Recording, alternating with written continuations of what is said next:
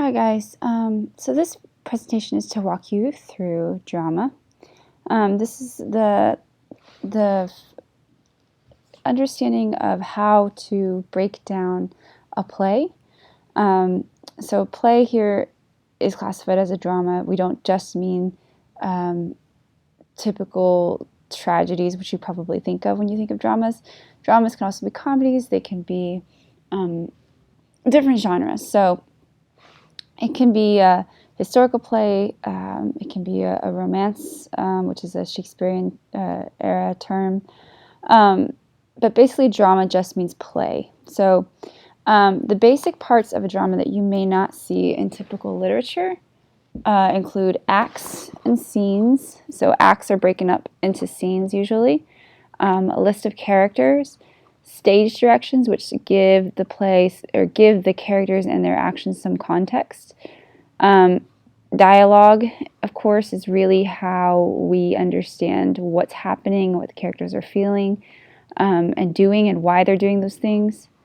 And stage directions, as I said, give some context to these actions and motivations.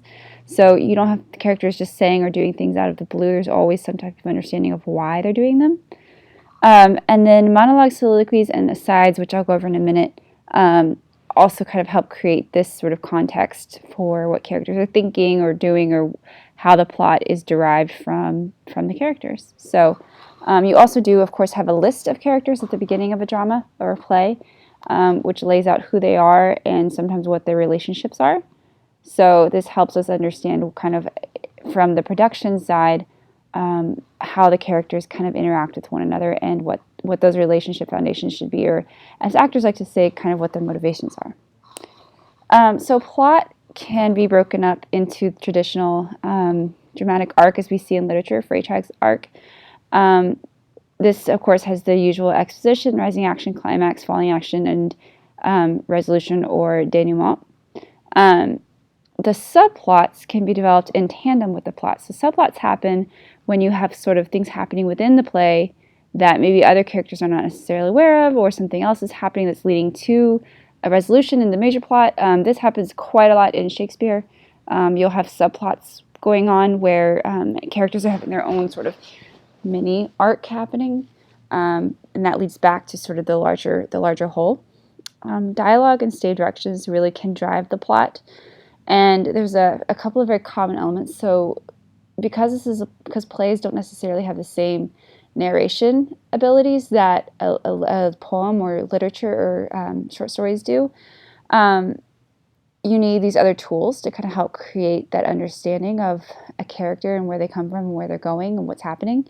So flashbacks are used to drive plot and development and create some context. So it gives us a glimpse into the past of what's happened to these characters before this portion of the play, or before we've encountered them.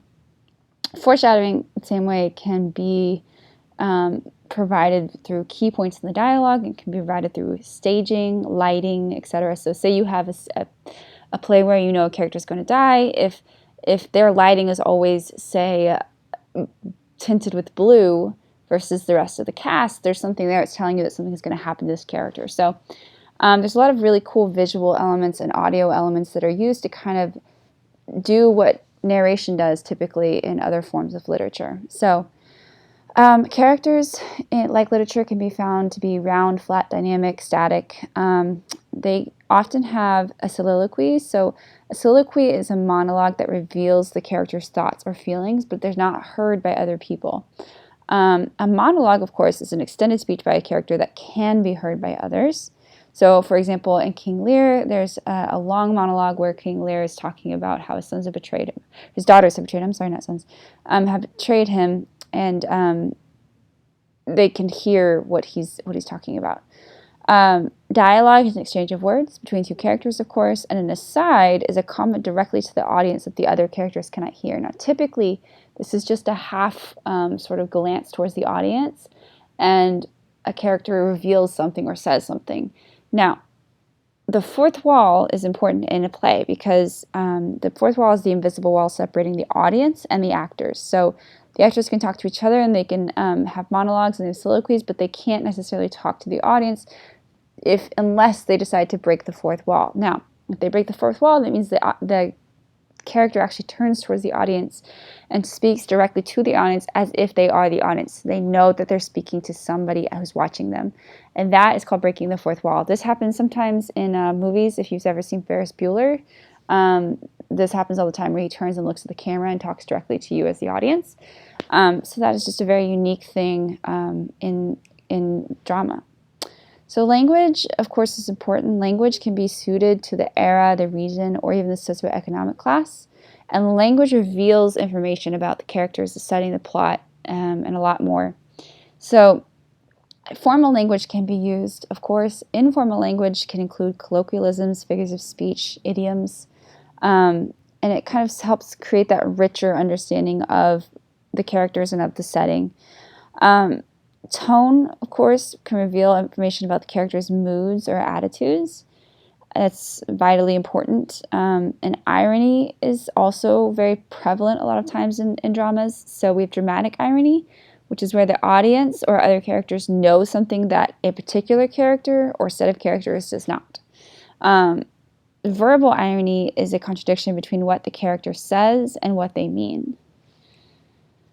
Staging, of course, is important as well because staging provides context where direct dialogue can't. So the costumes, the props, the scenery, the lighting, all of that is dictated quite often by the stage directions. Now, it's interpreted differently based on different interpretations of the play. So if you have a play like Romeo and Juliet that has been done 450 million times, the way that that's interpreted is always going to be unique. So you might have a setting that is on a cruise ship in the 1980s. You might have a setting that is the Roman Empire. You might have, there's different ways that people can set the play and change the costumes, change the lighting, change the characters' directions, but all of that is still part of the stage directions.